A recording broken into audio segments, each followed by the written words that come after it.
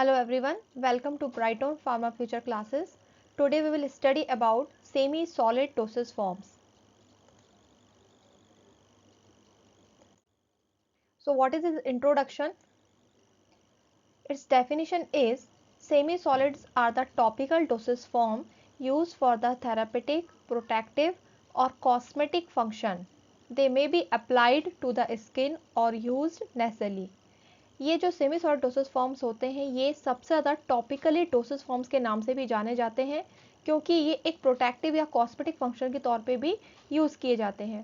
इनका main function जो होता है वो कहाँ होता है, स्किन पे अप्लाई करना। Okay, in this slide we will look what are ointments, creams, paste, gels and suppositories. This is the basic classification of semi-solid dosage forms, जिसमें हम ये देखेंगे कि ointments कौन से होते हैं, क्रीम्स क्या रहती हैं। ये सारी चीज़ें आप लोगों ने कई बार ऑब्जर्व भी करी होंगी और आपने देखा भी होगा। इनको हम सेमी सॉलिड डोसेज फॉर्म्स में इंक्लूड करते हैं। So we come over to the next slide which shows pharmaceutical semi-solid dosage form preparations include ointments, paste, creams, plasters, gels, etc.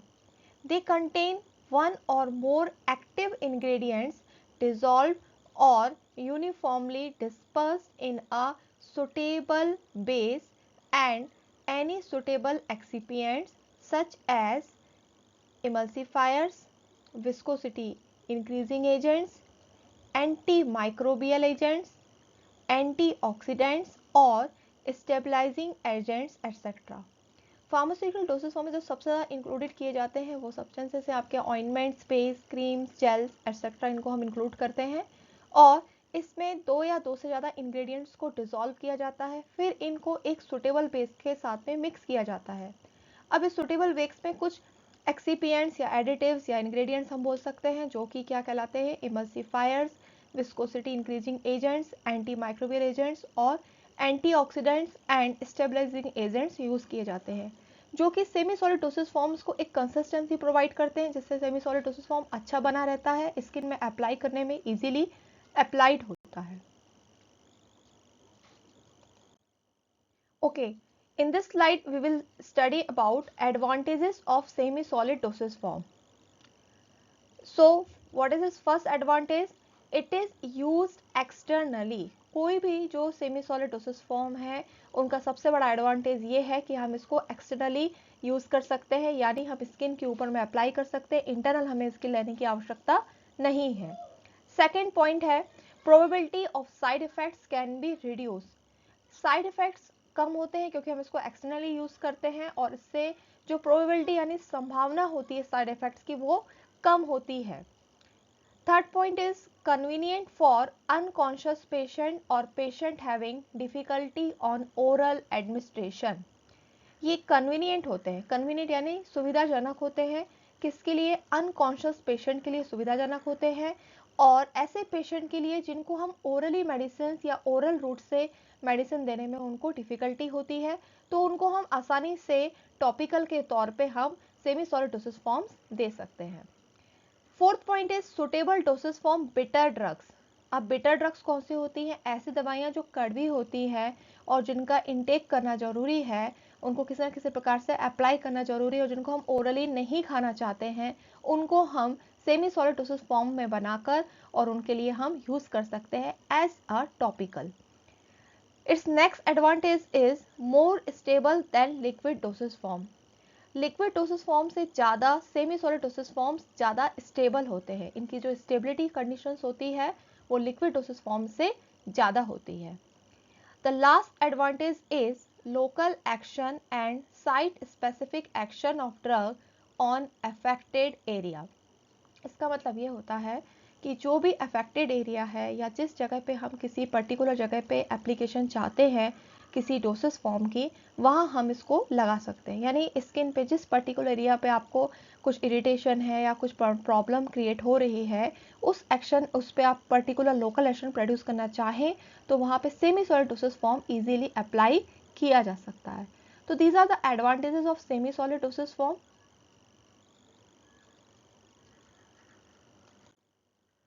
Okay, let's move to the another slide which shows disadvantages of semi-solid dosage form.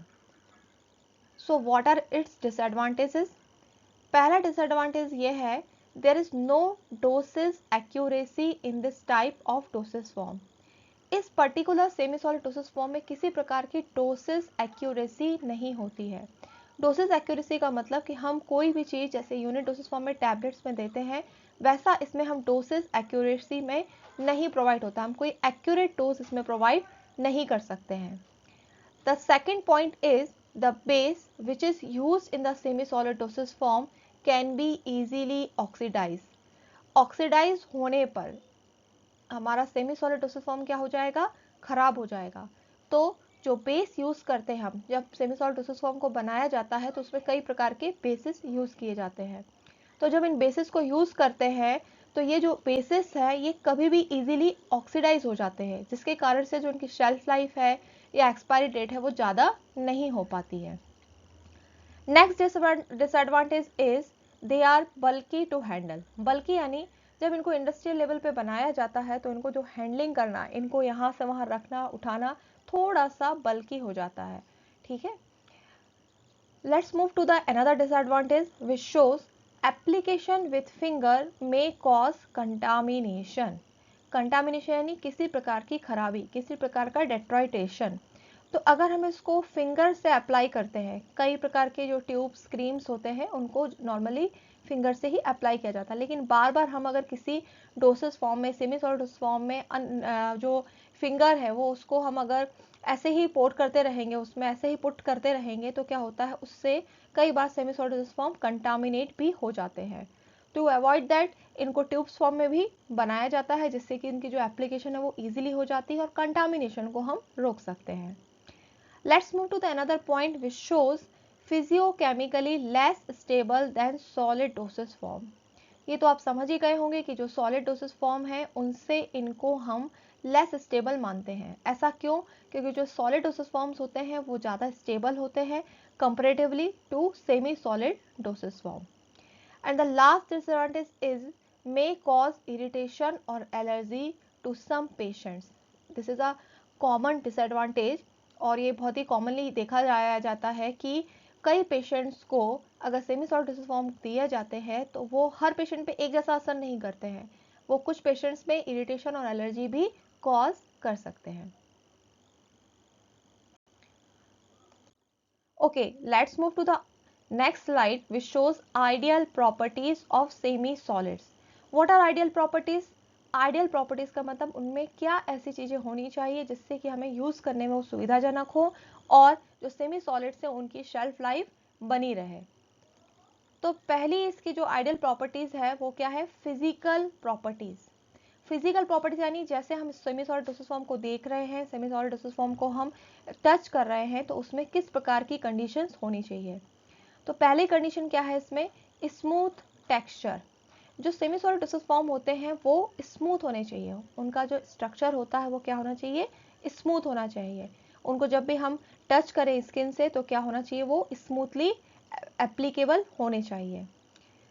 Second point is elegant in appearance. देखने में अच्छे होने चाहिए, क्योंकि अगर हम उनको apply कर रहे हैं तो वो देखने में भी हमारे लिए अच्छे दिखने चाहिए, तभी हम उसको अपनी स्किन पे अप्लाई करेंगे.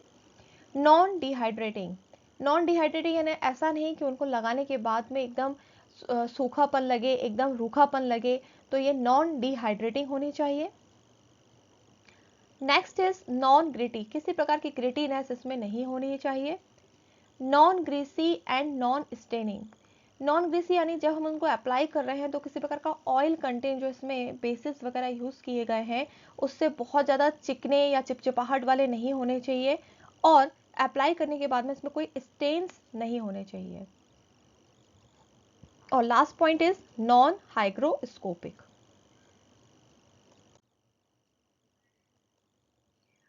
Let's move to the another slide which shows the physiological properties. Physiological properties में पहला है नॉन इरिटेटिंग. इरिटेशन कॉज नहीं होना चाहिए जब भी हम सेमी सॉलिड डोसेज फॉर्म को यूज करते हैं. Do not alter membrane and skin functioning. इनको स्किन में तो अप्लाई करेंगे हम और स्किन से एब्जॉर्ब होंगे, लेकिन ऐसा नहीं कि स्किन की किसी भी मेम्ब्रेन में जाके ये अल्टर हो गए और उसके बाद में हमें कुछ अननेसेसरी कुछ इसमें साइड इफेक्ट्स कॉज किए। Miscible with skin secretion, miscible यानी मिक्स होना, जैसे स्किन का सीक्रेशन होता है, स्वेटिंग होती है तो उसके साथ में ये मिक्स होना चाहिए, ऐसा नहीं कि स्वेटिंग के टाइम में ये सीक्रेट नहीं हुए। Another property that is known as the application properties, application property कहलाती है जब हम इसको अप्लाई करते हैं। तो अप्लाई करने के लिए सबसे अच्छी प्रॉपर्टी क्या है, इजीली एप्लीकेबल, यानी ये इजीली एप्लीकेबल होने चाहिए। जब भी हम इनको अप्लाई करें तो आसानी से एप्लीकेबल होने चाहिए स्किन में, और इनका जो ड्रग है वो इसमें से रिलीज होना चाहिए। अगर कोई हम मेडिकेटेड ऑइंटमेंट यूज़ कर रहे हैं या medicated semi solid dosage form use कर रहे हैं तो उसमें जो भी ड्रग है वो उसमें से रिलीज होना चाहिए। Another application properties is high aqueous wash ability. High aqueous wash ability का मतलब जब इनको पानी से वॉश करें तो ये स्किन से चिपकना नहीं चाहिए और ये पानी के साथ में वॉश होने चाहिए। These are the known as the application properties which must be in the semi-solid dosage form.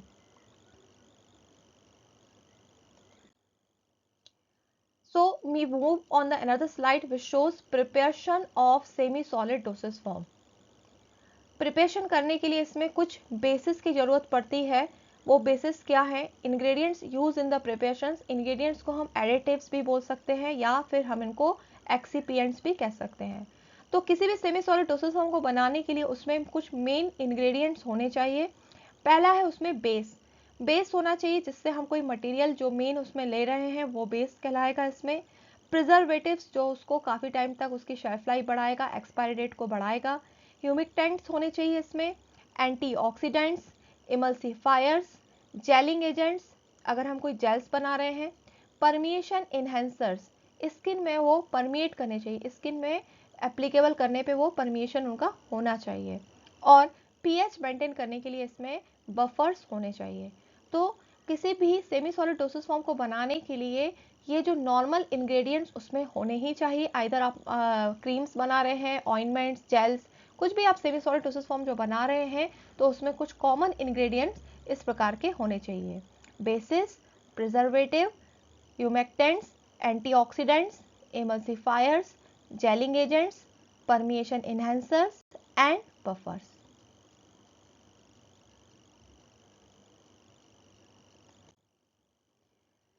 So we will study about the bases. What are bases?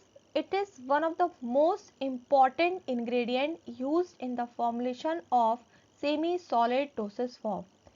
जो भी सेमी सॉलिड डोसेज फॉर्म बनाते हैं उसमें सबसे important ingredient जो होता है वो कहलाता है basis. Ointment basis do not merely act as the carrier of the medicaments, but they also control the extent of absorption of medicaments incorporated in them. जो हम बेसिस यूज़ करते हैं, अगर हम ऑइंटमेंट्स बना रहे हैं और अगर ऑइंटमेंट्स जो है वो मेडिकेटेड है तो वो एब्जॉर्प्शन को कंट्रोल तो करते ही है, ठीक है। They also control the extent of absorption of medicaments incorporated in them. जो भी मेडिकामेंट्स इसके अंदर यूज़ किए जाते हैं, इनको मिक्स करके बनाया जाता है, तो उनका जो एब्जॉर्प्शन कंट्रोलिंग होता है वो भी बेसिस एक एक्ट करते हैं। Next is antioxidants.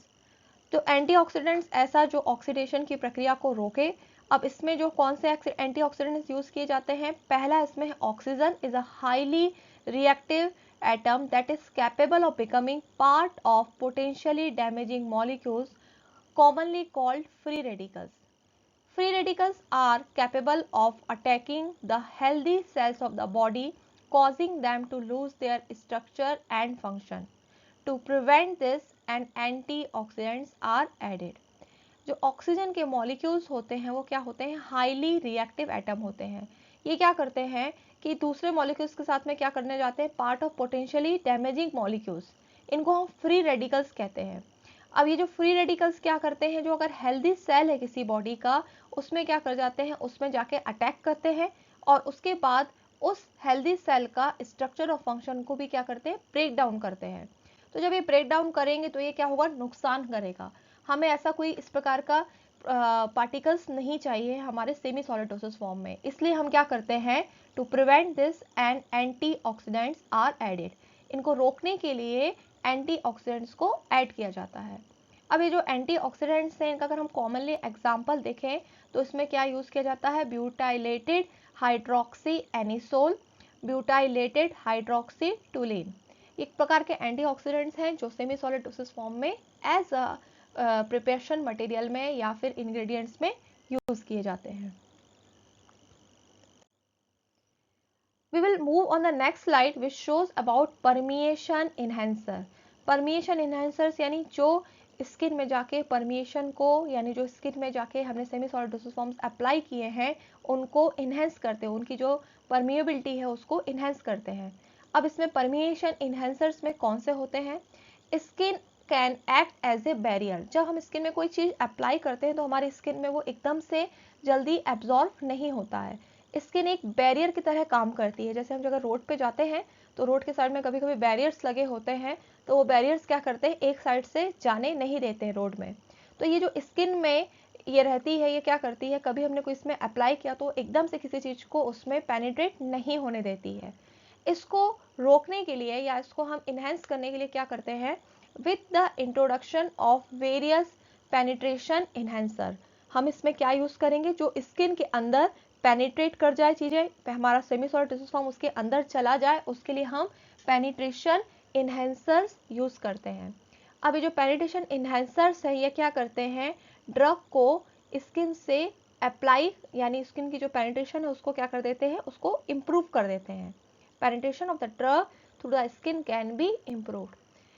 ऐसा परमिशन एनहेंसर कॉमनली यूज करने वाला जो है वो है oleic acid, OLEIC, oleic acid है जो परमिशन एनहांसर्स में कॉमनली यूज किया जाता है। यानी कोई हम सेमी सॉलिड डोसेज फॉर्म जब बना रहे हैं तो उसमें जब ऑलिक एसिड अगर आप उसमें इंग्रेडिएंट देखेंगे तो वो क्या है, उसकी स्किन में एप्लीकेशन की जो परमिशन है उसको इनहेंस करने के लिए यानी बढ़ाने के लिए यूज किया जा रहा है। Next is emulsifier. So what are emulsifier? Emulsifier या इमल्जेंट्स एक ऐसे सब्सटेंस होते हैं जो स्टेबलाइज करते हैं इमल्शन को और काइनेटिक स्टेबिलिटी को इंक्रीज करते हैं। Most reduce surface tension for proper emulsification, prevents coalescence, ability to increase the viscosity at low concentration.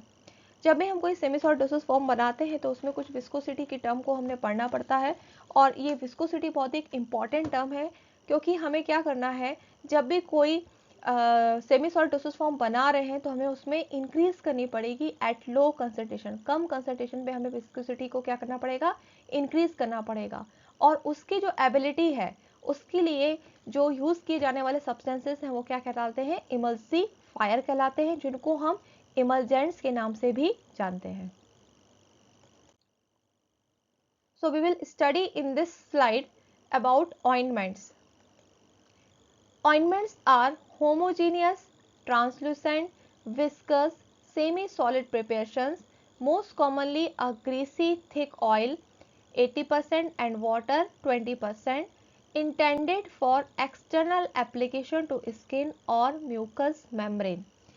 Ointments जो होते हैं वो होमोजेनियस यानी एक मिक्स सब्सटेंसेस होते हैं जो कि ट्रांसलूसेंट टाइप से दिखते हैं। They do not look transparent, ये ट्रांसलूसेंट दिखते हैं और इनका जो स्ट्रक्चर होता है वो विस्कस सेमी सॉलिड प्रिपरेशंस होता है। ये कॉमनली ग्रीसी थिक ऑयल होते हैं, यानी जब भी हम कोई ऑइंटमेंट को देखेंगे तो वो थोड़ा सा थिक होता है as comparatively to creams. Creams जो होती हैं वो थोड़ी सी सॉफ्ट होती है, लेकिन अगर हम ऑइंटमेंट्स को यूज करते हैं तो वो क्या होते हैं, थोड़े से ग्रीसी थिक होते हैं। Drug ingredients can be dissolved, emulsified और suspended in ointment base. इनको क्या किया जाता है, जो भी ड्रग इंग्रेडिएंट्स, अगर कोई मेडिकेटेड ऑइंटमेंट बन रहा है तो उसमें जो ड्रग इंग्रेडिएंट्स होते हैं उनको डिसॉल्व किया जाता है, इमल्सिफाइड किया जाता है, किसमें, ऑइंटमेंट बेस में उनको डिसॉल्व किया जाता है और इमल्सिफाइड किया जाता है, तब जाके कोई ऑइंटमेंट्स का प्रिपरेशन कंप्लीट होता है। Next we will study about the classification of ointments. पहला ointment का classification है on the basis of penetration and second classification is on the basis of therapeutic use. Basis of penetration में पहला आता है आपका epidermic ointments, ये ointments जो है ये इंटेंडेड किए जाते हैं to produce their action on the surface of the skin and produce local effect. ये लोकल इफेक्ट प्रोड्यूस करने के लिए यूज किए जाते हैं और स्किन के सरफेस पे लगाए जाते हैं। ये एक प्रोटेक्टेंट या प्रोटेक्टिव्स या एंटीसेप्टिक की तरह यूज किए जाते हैं। Second classification that is B, it is endodermic ointments. These ointments are intended to release the medicaments that penetrate into the skin. देखिए पहले एपिडर्मिक ऑइंटमेंट्स थे जो स्किन में बहुत ज़्यादा पेनिट्रेट नहीं होते हैं, लेकिन जो इंडोडर्मिक है वो स्किन के अंदर की लेयर में चले जाते हैं और ये क्या करते हैं, स्किन में पेनिट्रेट कर जाते हैं। ये पेनिट्रेट करने के बाद में क्या करते हैं, they are partially absorb and act as emollients and stimulants. जब ये अंदर पेनिट्रेट कर जाते हैं स्किन के, तो ये क्या एक्ट करते हैं, एज ए इमोलिएंट्स और स्टिमुलेंट्स की तरह एक्ट करते हैं। C classification is diadermic ointment. These ointments are intended to release the medicaments that pass through the skin. Diadermic ointments जो हैं वो और अंदर तक एप्लीकेबल होते हैं और ये क्या करते हैं, मेडिकामेंट्स जो यूज़ करने हैं, अगर किसी पर्टिकुलर डिजीज़ के लिए कोई ऑइंटमेंट्स लिया गया है तो ये क्या करते हैं, स्किन में जाकर और उसको रिलीज कर देते हैं। Next classification we see on the basis of the therapeutic use के आधार पर ऑइंटमेंट्स को किस प्रकार से क्लासिफाई किया गया है। तो इसमें सबसे पहला कॉमन एग्जांपल है एंटीबायोटिक ऑइंटमेंट्स। एंटीबायोटिक ऑइंटमेंट्स जो रहते हैं वो कॉमनली यूज किए जाते हैं और इसमें जो ड्रग यूज की गई है वो क्या है, बेसीट्रेसिन यूज की गई है। इसके अलावा सेकेंड क्लासिफिकेशन में है एंटी फंगल ऑइंटमेंट्स, जो फंगस को रोकने के लिए यूज किए जाते हैं, those are known as the anti fungal ointments. और इसमें जो हम ड्रग यूज कर रहे हैं वो क्या है, benzoic acid. Third is anti inflammatory ointments, इसमें हम जो ड्रग यूज कर रहे हैं वो क्या है, fluocinolone acetonide. Next is anti pruritic ointments, जिसमें हम ड्रग यूज कर रहे हैं बेंजोकेन। काउंटर इरिटेंट ऑइंटमेंट्स, जिसमें ड्रग यूज की जा रही है methyl salicylate. Anti dandruff ointments, dandruff को दूर करने के लिए जो ऑइंटमेंट्स यूज किए जाते हैं those are known as the anti dandruff ointments. और जो इसमें ड्रग कॉमनली यूज की जाती है that is known as the salicylic acid.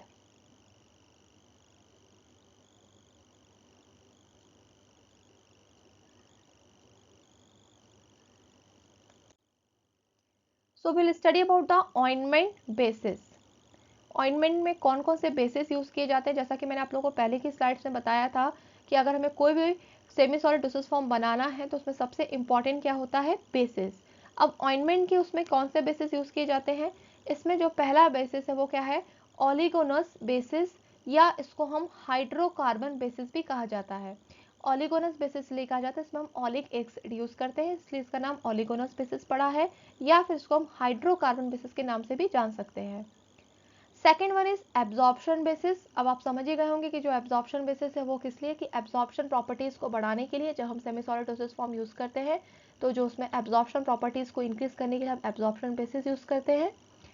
Third one is water miscible basis, या इसको हम रिमूवल बेसिस भी कह सकते हैं, या फिर इसको हम इमल्सिफाइंग बेसिस भी यूज कर सकते हैं। जब इसमें कोई ऑयल और वाटर का कंटेंट ले रहे हैं उनको मिक्स करने के लिए हम क्या कर रहे हैं, किसी इमल्सिफाइंग एजेंट की मदद ले रहे हैं और उसको हम इमल्सिफाइंग बेसिस कहा गया है। Last one is water soluble basis. ऐसे बेसिस जो वाटर सॉल्युबल होते हैं उनको भी हम ऑइंटमेंट बेसिस में इंक्लूड करते हैं। थोड़ा सा हम ओलिगोनल बेसिस या हाइड्रोकार्बन बेसिस के बारे में देखेंगे कि वो होते क्या है। Oleaginous bases are non aqueous formulation which provides emollient and protective properties. Oleaginous bases जो होते हैं वो नॉन एक्वस फॉर्मुलेशन होते हैं जो कि एक इमोलिएंट और प्रोटेक्टिव प्रॉपर्टीज प्रोवाइड करते हैं। Second point is it is difficult to remove hydrocarbon bases from skin due to their oily nature. इनका जो नेचर होता है यानी इनकी जो कंसिस्टेंसी होती है या इनकी जो फिजिकल अपीयरेंस होता है वो क्या होता है, ऑयली होता है। तो इन बेसिस को स्किन से रिमूव करना थोड़ा सा डिफिकल्ट हो जाता है। मतलब अगर आपने इस प्रकार के बेसिस को अगर स्किन पे अप्लाई किया है तो वो इजीली रिमूव नहीं होते हैं, ठीक है। इसके एग्जाम्पल देखेंगे हम कि जो हाइड्रोकार्बन बेसिस होते हैं उसमें कौन कौन से एग्जाम्पल है। तो इसका पहला एग्जाम्पल है आपका हार्ड पैराफिन, व्हाइट और yellow soft paraffin, liquid paraffin, mineral oil etcetera. Hard paraffin, white paraffin, ये सब आपने नाम सुने होंगे। एक प्रकार की पेट्रोलियम जेलीज जो आप लोगों ने देखी होगी, जैसे वैसलीन है, वो इस प्रकार के बेसिस टाइप के मटेरियल को यूज किया जाता है। उसमें भी hard paraffin, white, yellow, soft and liquid paraffin use किए जाते हैं। थोड़ा सा हम ये देख लेंगे कि सॉफ्ट पैराफिन क्या होते हैं, जिनको हम पेट्रोलो एटम भी कहा जाता है। अब ये जो होते हैं वो क्या है, it is a purified mixture of semi solid hydrocarbons obtain from petroleum. ये जो सॉफ्ट पैराफिन है ये क्या होते हैं, सेमी सॉलिड हाइड्रोकार्बन्स होते हैं और ये पेट्रोलियम से ऑब्टेन किए जाते हैं। ये दो टाइप के हैं, जैसा कि आपने आगे भी देखा कि सॉफ्ट पैराफिन है। अब सॉफ्ट पैराफिन में वन जो है वो येलो होता है और दूसरा क्या हो जाता है, व्हाइट होता है। सॉफ्ट पैराफिन में एक जो उसका स्ट्रक्चर रहता है वो येलोइश नेचर का रहता है और जो दूसरा रहता है वो क्या होता है, व्हाइट, यानी बिल्कुल प्योर क्लीन नेचर का सॉफ्ट पैराफिन दिखता है। White soft paraffin prepared by bleaching the yellow soft paraffin. तो येलो सॉफ्ट पैराफिन है जो नेचुरली ऑब्टेन होता है, उसी को क्या किया जाता है, ब्लीच किया जाता है, यानी उसके ऊपर में ब्लीचिंग एजेंट्स डाले जाते हैं जिससे कि वो साफ दिखने लग जाता है, व्हाइटिश दिखने लग जाता है। The melting point of soft paraffin is 38 to 50 degree centigrade. Melting point इसका एक बहुत ही अच्छा है कि ये 38 से 50 डिग्री सेंटीग्रेड तक मेल्ट हो जाता है। White soft paraffin not be used in ophthalmic ointments. अब आप देखेंगे कि जो सॉफ्ट पैराफिन है वो ऑप्थेल्मिक, यानी हम जब आंखों के लिए कोई प्रिपरेशंस बनाते हैं, आईज के लिए कोई चीज़ें बनती हैं, ऑइंटमेंट्स बनते हैं, उसमें हम इस प्रकार के सॉफ्ट पैराफिन को नहीं लेते हैं। कारण क्या है, कारण सीधा सा है कि उसमें जो हमने ब्लीचिंग एजेंट्स लिए हैं वो क्या कर सकते हैं, आईज के लिए नुकसानदायक हो सकते हैं। तो इसके लिए हम इसको ऑप्थेल्मिक ऑइंटमेंट्स में नहीं यूज करेंगे, नॉर्मल जो हम स्किन के ऊपर लगा रहे हैं वो यूज कर सकते हैं, लेकिन ऑप्थेल्मिक यानी आईज के ऊपर में कोई ऑइंटमेंट्स हमें यूज करना है तो उसमें हम सॉफ्ट पैराफिन यूज नहीं करेंगे। Another is hard paraffin. एक तो हो गया सॉफ्ट पैराफिन। सॉफ्ट पैराफिन इसका नाम इसलिए दिया गया कि इजीली सॉफ्ट हो जाता है, इजीली मेल्ट हो जाता है। हार्ड पैराफिन है जो थोड़ा सा हार्ड नेचर का मिलता है। It is a purified mixture of solid hydrocarbons and obtain from petrolatum. It is colorless or white translucent, odorless, tasteless wax-like substance. It is used to harden or soften the ointment base. इसको ointment base में use किया जाता है और ये एक प्रकार का ट्रांसलूसेंट ऑर्डरलेस सब्सटेंस होता है। एक और हम देखेंगे जो एग्जाम्पल आपको स्लाइड में दिख रहा है, that is bees wax. It is a purified wax obtain from honey comb of bees. ये तो हम जानते हैं कि जो हनी कोम रहता है उसमें हमें वैक्स मिलती है, तो उसको हम बोलते हैं वीज वैक्स। ये एब्जॉर्प्शन बेसिस का एक पार्ट है। It is available in yellow and white form. White beeswax are prepared by bleaching treatment. It is used for stiffing agent in paste and ointments. अभी जो beeswax है, जब इसको नेचुरली ऑब्टेन करते हैं तो ये येलो कलर की होती है, ठीक है। अगर इसको हमें व्हाइट करना है, कोई प्रिपरेशन ऐसा बनाना है जिसमें हम चाहते हैं कि हमारा जो ऑइंटमेंट है वो ट्रांसपेरेंट दिखे, ट्रांसलूसेंट दिखे, अच्छा दिखे कलर्स में, तो व्हाइटिश दिखे, तो उसके लिए हम क्या करते हैं, जो व्हाइट बीज बैग्स है उसको ब्लीचिंग टेक्निक से उसको व्हाइट किया जाता है, ठीक है। येलो बीज बैग्स को व्हाइट किया जाता है। It is use for stiffening agent. Stiffening यानी जिसमें हार्डनेस प्रोवाइड करने के, हमारा सेमी सॉलिड जो डोसेज फॉर्म जो बनेगा वो स्टेबिलिटी होनी चाहिए उसमें, उसको प्रोवाइड करने के लिए इसमें वीज बैग्स यूज किए जाते हैं। ये वीज बैग्स पेस्ट एंड ऑइंटमेंट्स में भी दोनों तरफ से यूज किए जाते हैं। कुछ फैक्टर्स हैं जो आइडियल बेसिस के लिए इंपॉर्टेंट होते हैं, जिसमें हम फार्मास्यूटिकल फैक्टर्स हैं। इससे पहले हम देखेंगे कि स्ट्रक्चर ऑफ द स्किन क्या है। स्ट्रक्चर ऑफ द स्किन में आप देखेंगे कि ऊपर की जो लेयर है उसको एपिडर्मिस कहा जाता है, अंदर के लेयर को हम डर्मिस बोलते हैं, इसके बाद हम इसकी नीचे वाले लेयर को हाइपोडर्मिस कहा जाता है। और ये जो यहाँ पे हमें रेड और ब्लू तरफ से दिख रहे हैं यहाँ पे, इनको हम ब्लड वेसल्स कहते हैं। इसके बाद यहाँ पर है हेयर फॉलिकल, ये स्वेट ग्लैंड्स है, ये जो तिरछी तिरछी बनी हुई है व्हाइटिश टाइप की दिख रही है, ये क्या है, आपकी स्वेट ग्लैंड है। ये जो डिपॉजिट्स दिख रहे हैं येलो वाले, इनको हम फैट डिपॉजिट्स कहते हैं। और ये जो है इधर से इधर मिक्स कर रहे हैं वो है कनेक्टिव टिश्यूज। तो स्ट्रक्चर इसलिए पढ़ाया गया है जिससे कि आप ये देख सकें कि किस प्रकार से सेमी सॉलिड डोसेज फॉर्म जो है वो परमिशन कैसे करते हैं स्किन में।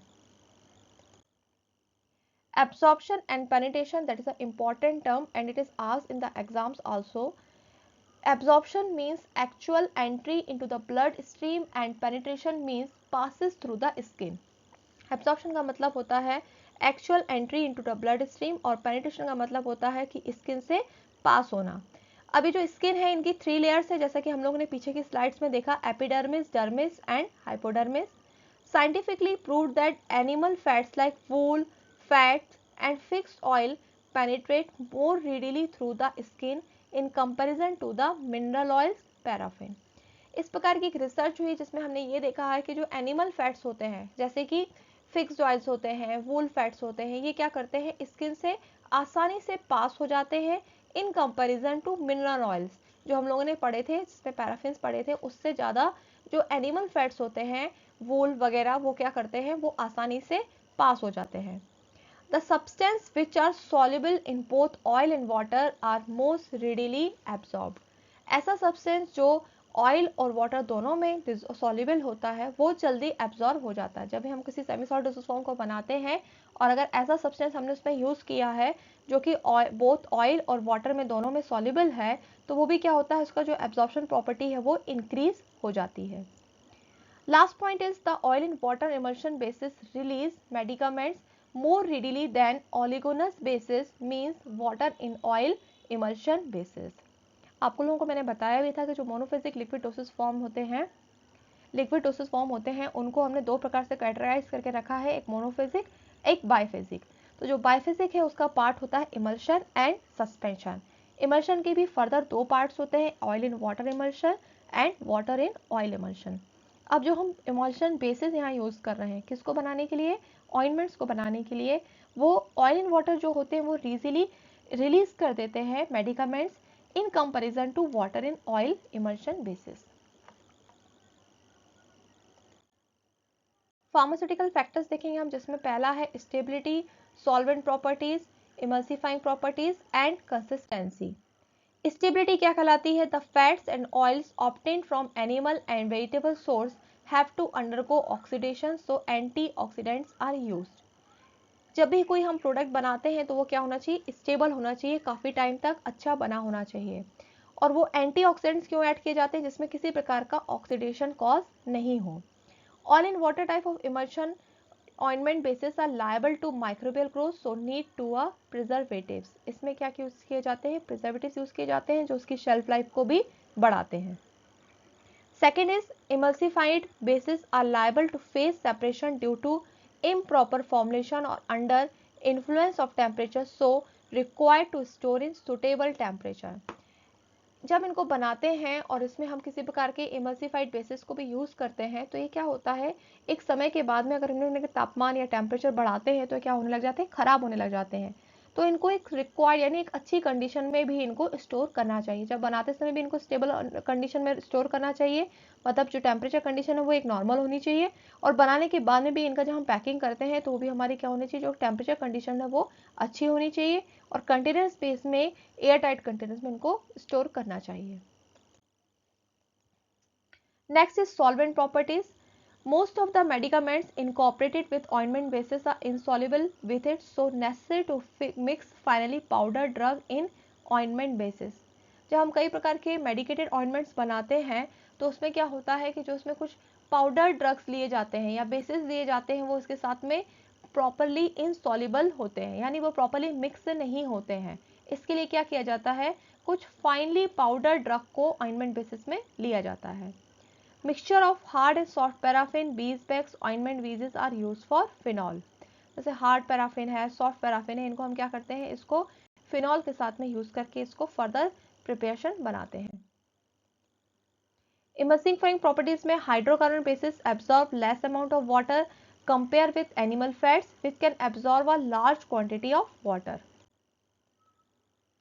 Next slide shows about the consistency. Consistency of ointment should be neither be too hard or nor to be soft. The consistency of an ointment can be adjusted in such a way that in soft ointment included have the high melting point like hard paraffin, beeswax. Soft ointments must be stable in summer season.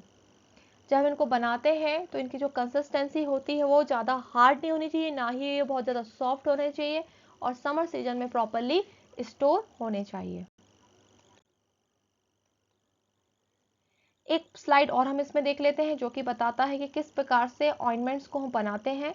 तो पहला इसमें है trituration method, second one is the fusion method, third one is the chemical reaction, fourth one is the emulsification method.